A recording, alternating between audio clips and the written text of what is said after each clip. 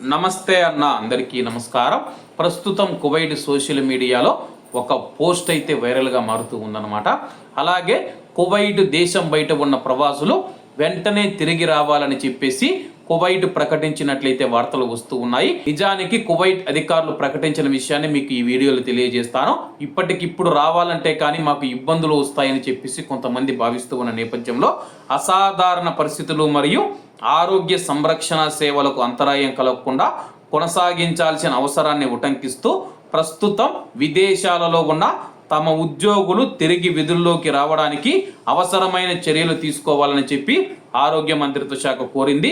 ఈ విషయం పైన జారీ చేసిన ఒక సర్కులర్లో తిరిగి విధుల్లోకి వచ్చే సిబ్బంది వర్తించే విధంగా తాము తిరిగి విధుల్లో చేరినట్లు ధృవీకరిస్తూ ఒక అధికారిక లేఖను లేదా సెలవు నుంచి తిరిగి వచ్చినట్లు ఒక నోటీసును సమర్పించాలని చెప్పి మంత్రిత్వ శాఖ పేర్కొంది.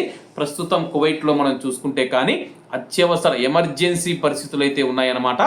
కువైట్ ఆరోగ్య మంత్రిత్వ శాఖ ఆరోగ్య రంగం 24 గంటలు పనిచేస్తూ ఉంది. దీంతో చాలామంది ఇప్పటికే మనము చుట్టి మీద సెలవుల మీద అయితే ఇండియా కావచ్చు ఇతర దేశాలకైతే ప్రవాసులు వెళ్ళడం జరిగింది. వెంటనే వాళ్ళందరూ తిరిగి కువైట్కు రావాలని చెప్పేసి సౌదీ అరేబియా ద్వారా ఫ్లైట్లు నడుస్తూ ఉన్నాయి కదా, మీరంతా తిరిగి వచ్చి విధుల్లో చేరాలని చెప్పేసి ఆరోగ్య మంత్రిత్వ శాఖ ఒక సర్కులర్ జారీ చేసింది. మిగతా వారికి ఎటువంటి సంబంధం లేదు.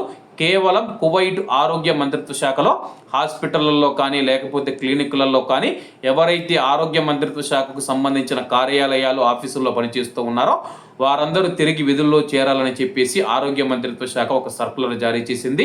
మిగిలిన వారు కంపెనీలలో పనిచేసేవారు కానీ ఇళ్లలో పనిచేసేవారు ఎవరైతే ఉన్నారో మీకు అకామా గడువును 3 నెలల పాటు పొడిగించారు. మీరేం భయపడవలసిన అవసరం లేదు. ఒకవేళ మీరు రావాలనుకుంటే కానీ సౌదీ అరేబియా గుండా కువైట్లోకి ప్రవేశించవచ్చు.